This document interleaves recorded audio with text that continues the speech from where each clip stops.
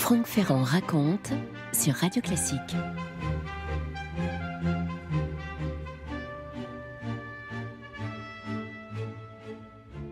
Pour tous les amateurs d'art, pour tous les amoureux d'idées avant-gardistes, le 27 de la rue de Fleurus dans le quartier de Montparnasse à Paris est devenu une adresse mythique. C'est là, dans un appartement, que vivent deux femmes très importantes à l'époque. Or, en 1938, le propriétaire de l'appartement veut récupérer son bien. Il faut donc changer d'adresse et voici que ces deux femmes vont s'installer rue Christine, qu'elles devront quitter de nouveau en 1939 à la faveur de la guerre. Cette guerre, évidemment, les touche de plein fouet. Elles sont juives, homosexuelles. Elles vont aller s'installer à Belley, près de Chambéry. Les femmes en question, est-ce que j'ai besoin de les nommer? Il s'agit d'Alice Toklas et de Gertrude Stein. Elles ne seront pas vraiment inquiétées pendant l'occupation. Tous savaient où était Gertrude, mais personne n'osa la toucher, ni les Allemands, ni la milice de Vichy, nous dit Antoine de Bac, qui a écrit un ouvrage, une biographie du personnage. En effet, Gertrude et Alice retrouveront leur appartement, retrouveront leur collection absolument intacte après la guerre. On peut dire qu'elles ont bénéficié de la protection de quelques amis, et notamment de l'universitaire et écrivain Bernard Faye, qui a collaboré avec les nazis et qui a été en quelque sorte l'ange gardien de la période difficile. C'est à Paris, du reste, que très peu de temps après la guerre, mourra Gertrude Stein, en juillet 1946, victime d'un cancer. On connaît sa dernière phrase, sur son lit de mort. Elle a demandé « Quelle est la question ?» Et devant le silence qui s'en est suivi, elle a dit « S'il n'y a pas de question, alors il n'y a pas de réponse ». Alice, la compagne de sa vie, s'éteindra 11 ans plus tard, complètement dans la misère. Vous allez me dire, dans la misère, à la tête d'une telle collection, avec tant de tableaux importants et même, pour certains, célèbres. Eh oui, mais Alice ne voulait surtout pas entamer la collection de Gertrude. Elle voulait la laisser à la postérité. Je ne suis pas persuadé qu'elle ait bien fait, puisque les toiles, après sa mort, seront dispersées aux quatre vents par les héritiers. Franck Ferrand sur Radio Classique. C'est en Pennsylvanie qu'avait vu le jour Gertrude en 1874, dernière d'une fratrie de 5. Les parents, qui étaient des émigrants juifs et allemands, n'avaient pas eu l'intention d'avoir 5 enfants, pour tout vous dire. L'année de la naissance de la petite dernière, ils ont décidé de repartir pour Vienne. Oh, ce n'était pas si rare à l'époque. Nombre d'Américains de fraîche date, nombre d'immigrants avaient décidé de repartir pour l'Europe. Ils voulaient faire en quelque sorte un retour aux sources, et c'est donc sur le vieux continent que Gertrude fera ses premiers pas. C'est le premier décor qu'elle connaît. Néanmoins, ses parents sont rentrés aux États-Unis. Le père est allé trouver loin à l'ouest un travail de coursier en Californie, à San Francisco. Nous sommes là en 1880. Vous voyez que Gertrude, à l'époque, n'a même pas 6 ans. Elle a entre 5 et 6 ans.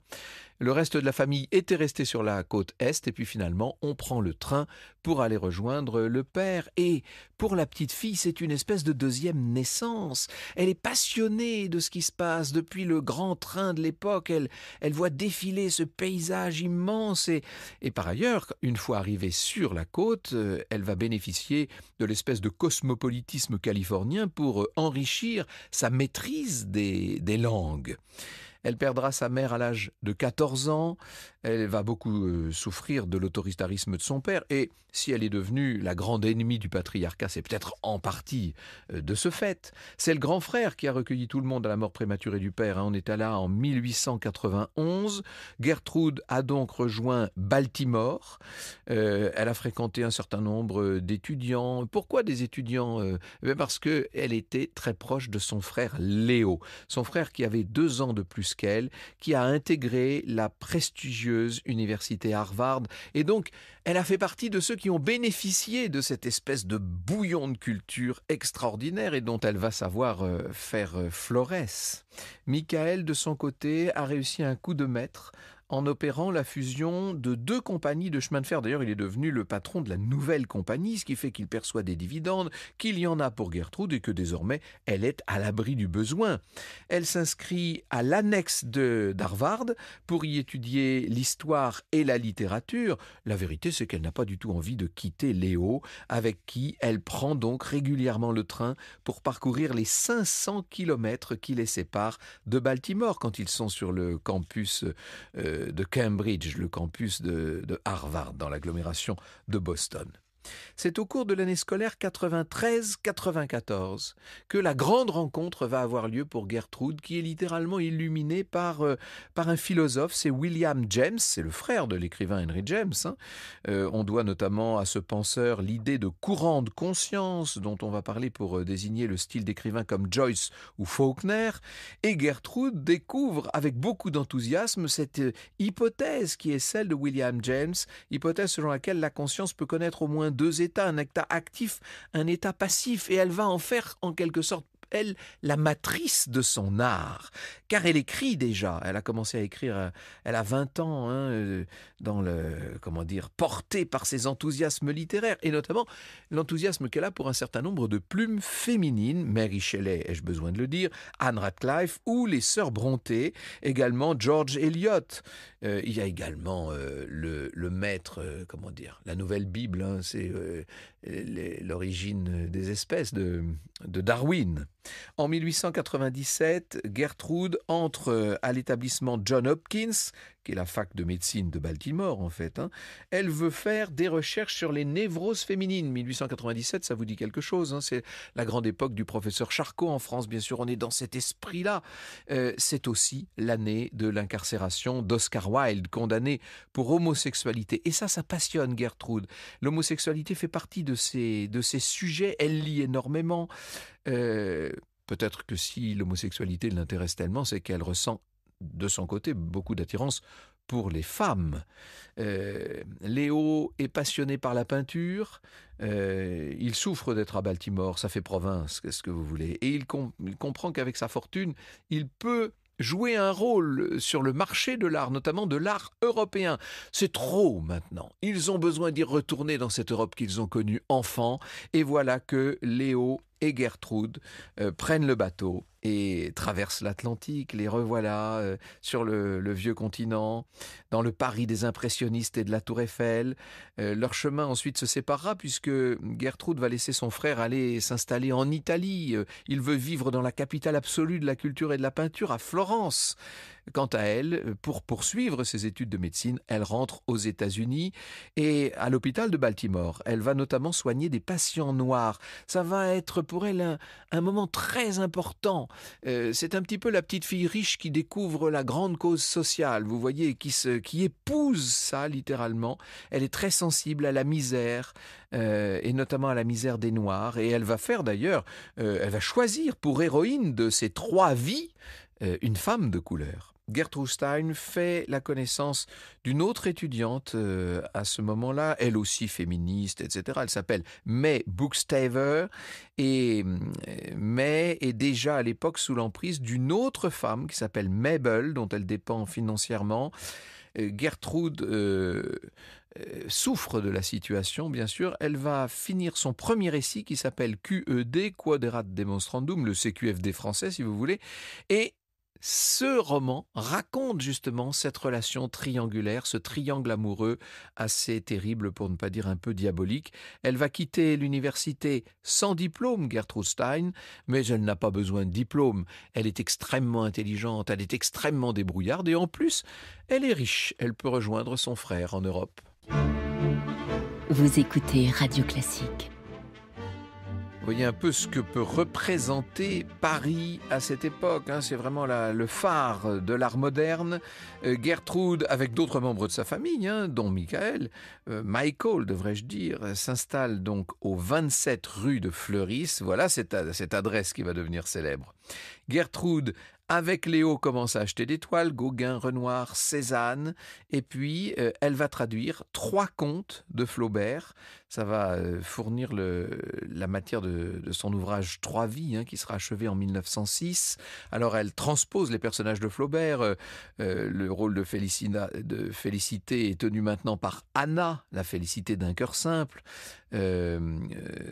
Gertrude peut aborder difficilement les relations amoureuses entre femmes. Ça n'est pas l'époque, bien sûr. Rappelez-vous les circonvolutions employées à la même époque par Marcel Proust. Alors, on fait des allusions, on détourne, on contourne. Elle écrit sous le regard d'un personnage très important, puisque c'est Madame Cézanne à l'éventail, le somptueux tableau de Cézanne qui vient d'être acquis. Oui, c'est le début d'une collection dont on n'a même pas idée. La démarche de Cézanne se retrouve dans son style, nous dit Philippe Blanchon, son biographe. Elle revient à son objet de manière insistante, pleine de répétitions, telle Cézanne travaillant sur un même motif pour en exaucer la complexité. Un style qui n'est pas sans évoquer celui de Péguy. Oui, vous savez, les petites touches de Péguy, là, comme ça, qui reviennent constamment bien. Il y a de ça dans le style de cette jeune Gertrude qui se met donc à écrire tout en embrassant la peinture. Elle adore Picasso, elle Matisse aussi, mais surtout Picasso. Rencontré en 1905, après tout, il est comme elle un étranger à Paris. Il est plein d'énergie. Évidemment, à côté, Matisse a l'air un petit peu rangé, il faut bien dire ce qui est. Picasso va faire d'elle un portrait très célèbre, évidemment. En 1906, il est en train de peindre les demoiselles d'Avignon, Picasso. Et Gertrude Stein va mettre 5 ans à achever de son côté une œuvre extrêmement ambitieuse qui s'appelle Américains d'Amérique, en anglais The Making of Americans. C'est la description sur plus de 1000 pages de l'évolution de 2 familles américaines, avec un livre plein d'audace dans la construction des phrases, dans l'accord des mots. Certains mots que je préfère, que je connais intimement, reviennent sans cesse sous ma plume, car leur richesse est pour moi complète, écrit-elle. Elle désire abolir les 3 temps, le passé, le présent, le futur. L'idée, c'est de tout mêler dans une sorte d'équivalence qui rende compte de la subtilité d'une psyché humaine et des pulsations qui vous balancent d'un côté ou de l'autre. Le temps explose sous la plume de Gertrude Stein, qui voit l'avenir en Picasso, qui lui est en train de faire exploser les formes, vous le savez. Léo, lui, est plus sage, il croit davantage à Matisse. Gertrude assume cette différence avec son frère et de plus en plus d'ailleurs elle s'émancipe de ce qui était autrefois une tutelle et qui ne l'est plus. On est en plein cubisme à l'époque, avec des débats esthétiques à n'en plus finir qui peuvent aller jusqu'à la rupture. Léo va quitter Paris pour aller définitivement s'établir en Italie. On ne peut pas dire que la complicité extraordinaire qui existait entre ce frère et cette sœur ait survécu au grand débat artistique de l'époque. Et du reste, Gertrude se jette dans une toute autre aventure à ce moment-là. Elle a rencontré Alice Babette Toklas, qui a été, dans un premier temps, elle était cuisinière, et puis, comme elle est assez maligne, elle est devenue secrétaire, et puis de secrétaire, elle est devenue confidente, et de confidente, elle est devenue amante, muse, éditrice, pour ne pas dire directrice de conscience, si j'ose cette expression, à propos de Gertrude. Toutes les deux sont juives. Alors Alice est d'origine polonaise, elle de son côté. Toutes les deux sont américaines, bien sûr, et elles vont aller visiter en 1912 l'Espagne. On peut dire d'Alice qu'elle va devenir la complice et la compagne de Gertrude. 1914, c'est la guerre au moment de Noël, le glacial Noël 1914. Picasso et sa compagne du moment sont invités rue de Fleurus et Picasso ne savait pas quoi apporter comme cadeau. Or, il s'est rappelé que Gertrude était très triste d'avoir dû céder à son frère les 5 pommes de Cézanne. Alors, à défaut de 5 pommes, il arrive avec une toute petite aquarelle, tout à fait cézannienne d'ailleurs, et qui représente une pomme. Gertrude se fait livrer une Ford en hommage à sa tante Pauline qui était une sorte de pionnière de l'automobile. D'ailleurs, elle a baptisé la voiture Auntie, c'est-à-dire Tati. Gertrude et Alice se mettent donc au service d'un fonds de secours et parcourent le plus de chemin possible pour faire des livraisons dans ce qui est devenu une fourgonnette. Elles vont aller comme ça jusqu'à Perpignan et au gré des différents trajets qu'elles peuvent faire le long de la ligne de front, elles vont croiser des concitoyens américains. Il ne faut pas oublier que les États-Unis sont entrés dans la guerre en juillet 17. Au lendemain de la guerre, elles vont être en quelque sorte à l'épicentre de ce Paris bouillonnant des années folles, dans ce Montmartre où tout se fait à l'époque. Vous imaginez Ezra Pound, James Joyce, Man Ray, tout le monde est là, bien sûr. Sylvia Beach a ouvert la librairie Shakespeare, Shakespeare et compagnie, qui est appelée à faire Florès. Et vous savez que Sylvia Beach va devenir l'éditrice de l'Ulysse de Joyce. Ce qui veut dire d'ailleurs qu'elle va à cette occasion se brouiller avec Gertrude, dont l'ego est terrible et qui ne supporte pas qu'on puisse soutenir Joyce contre elle, d'une certaine manière. En tout cas, ce n'était pas contre elle, mais elle l'a vécu comme telle. C'est l'époque de la coupole, du dôme, du Sélec, de tous ces grands, de la rotonde bien sûr, de tous ces grands établissements de Montparnasse en pleine effervescence, où l'on croise beaucoup de peintres et de rapins, mais aussi des écrivains, ceux de la génération perdue, pour reprendre le terme de Gertrude. Je pense à Fitzgerald bien sûr, et à Hemingway, Dos Passos. Hemingway est arrivé en 22, il avait 23 ans à l'époque, il était journaliste pour le Toronto Star. Il s'est présenté rue de Fleurus et il a été très bien accueilli. Amitié immédiate avec Gertrude Stein, dont il nous brosse le portrait dans Paris est une fête. Je cite Hemingway. Miss Time était très forte, mais pas très grande. Lourdement charpentée comme une paysanne, elle avait de beaux yeux et un visage rude de juive allemande qui aurait aussi bien pu être friulande et qui me faisait penser à quelques paysannes du nord de l'Italie par la façon dont elle était habillée, par son visage expressif et sa belle chevelure lourde, vivante. Une chevelure d'immigrante qu'elle relevait en chignon, sans doute depuis le temps où elle était à l'université. Elle parlait sans cesse et surtout des gens et des lieux. Au contact de la duchesse de Clermont-Tonnerre, qui avait été, devrais-je dire, un des modèles de Proust pour Guermantes, pour Madame de Guermantes, elle se résout à se couper les cheveux très courts. Les cheveux qui étaient en chignon jusque-là, ah non, maintenant c'est même plus la garçonne, maintenant c'est quasiment ras du crâne. Franck Ferrand sur Radio Classique. C'est un personnage dont je vous parle aujourd'hui. Il faut l'imaginer au volant de sa voiture, de sa Ford, le moteur qui ronfle sous le grand capot et qui l'inspire pour la rédaction de la composition comme explication. Ça, c'est un texte pour une conférence qu'elle va donner à Cambridge. Elle constate le malentendu avec le public. Je la cite. Personne n'est en avance sur son temps. Simplement, quand on crée son temps, on le crée d'une certaine manière que les contemporains qui, eux aussi, créent leur temps, refusent d'accepter. Vous voyez, un subjectivisme presque effréné dans ces années folles qui cherchent de nouveaux repères. 1926 va marquer sa brouille avec Hemingway en raison d'histoires de carrière et d'édition, pas très passionnantes d'ailleurs. Il lui reproche son attitude désobligeante envers Fitzgerald. Hemingway d'ailleurs dit qu'il aurait été le témoin d'une dispute entre Alice qui le déteste, qui doit sans doute être jalouse de lui, et Gertrude. Gertrude montre à ce moment-là son attention à des choses concrètes et pratiques et à la nature et au paysage et à la campagne française dans un roman pastoral qui s'appelle Lucy Church Amiably, un goût de la nature qui va l'amener à faire l'acquisition d'une maison à Bilinien dans l'Ain. On est là en 1929. Gertrude prend là le temps de lire des mémoires du XVIIIe siècle. Elle aime le siècle des Lumières, c'est pas très étonnant. Elle écrit son premier volume autobiographique. Elle choisit de donner la parole à un témoin. C'est étonnant la façon dont elle écrit ses propres mémoires, puisque c'est un témoin qui parle d'elle, mais en l'occurrence, le témoin en question, il écrit sous sa plume. Elle va écrire en 6 semaines cette autobiographie d'Alice Toklas, où Alice parle de Gertrude. Je cite Philippe Blanchon. Alice Toklas narre l'existence de Gertrude Stein sous la plume de Gertrude Stein. Elle concilie ainsi orgueil et pudeur. La revue Atlantic Monthly va proposer de publier cette autobiographie en feuilleton. Ça va être un très grand succès. Il faut vous dire qu'elle est une espèce d'icône maintenant, Gertrude Stein.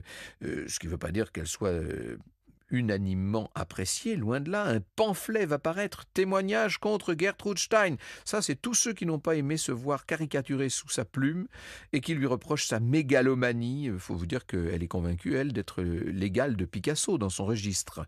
Parmi les signataires du pamphlet, Georges Braque, Il faut vous dire que Gertrude Stein lui a toujours préféré Picasso au Juan Gris, mais aussi Henri Matisse, mais aussi Tristan Tzara et André Salmon. Elle répondra en partie aux attaques, mais elle le fera par le truchement de conférences qu'elle est invitée à donner, notamment aux États-Unis. Elle y revient après 30 ans d'absence, grand succès à New York, où on vient d'écouter la Sibylle de Montparnasse, la papesse de l'avant-garde, comme l'appelle la presse d'outre-Atlantique. Ce tourbillon au pays natal va culminer lors de la célèbre visite qu'elle rend à Eleanor Roosevelt, à la Maison-Blanche, s'il vous plaît. Madame Roosevelt la reçoit pour un thé et ensuite la voilà partie pour Hollywood, où elle va s'entretenir avec Charlie Chaplin. Le deuxième tome de ses mémoires consacre une grande place à ce voyage. Elle s'y observe elle-même avec une forme de complaisance, il faut bien le dire. Elle s'y montre tour à tour agaçante, attendrissante, sous la plume d'une amie qui n'est autre en fait qu'elle-même. Franck Ferrand sur Radio Classique. Elle s'est prise de passion pour Paris, cette Gertrude Stein, avec cette espèce de bouillonnement phénoménal des années folles, son regard sur le monde, ses incompréhensions parfois de la situation européenne, s'explique par cette culture américaine dont elle ne s'est somme toute jamais départie. Gertrude Stein, par ailleurs, a dit, répété que sa langue était sa préoccupation majeure. Elle parle l'anglais, elle détruit l'anglais au moins autant qu'elle le reconstruit, disons. En tout cas, elle le maîtrise à la perfection. Elle traduit tout ce qu'elle lit, elle le lit en traduction, ou alors il lui arrive elle-même de faire, je vous l'ai dit, des traductions quand je vous parlais de Flaubert tout à l'heure. Si j'en crois Raymond Queneau, aucune œuvre n'a été plus expérimentale que celle de Gertrude Stein. Aucune n'a posé puis résolu tant de problèmes et de problèmes si nouveaux. Je cite Raymond Queneau. Gertrude Stein n'a pas fait seulement une expérience littéraire, elle a fait aussi la littérature de l'expérience. Vous écoutez Radio Classique.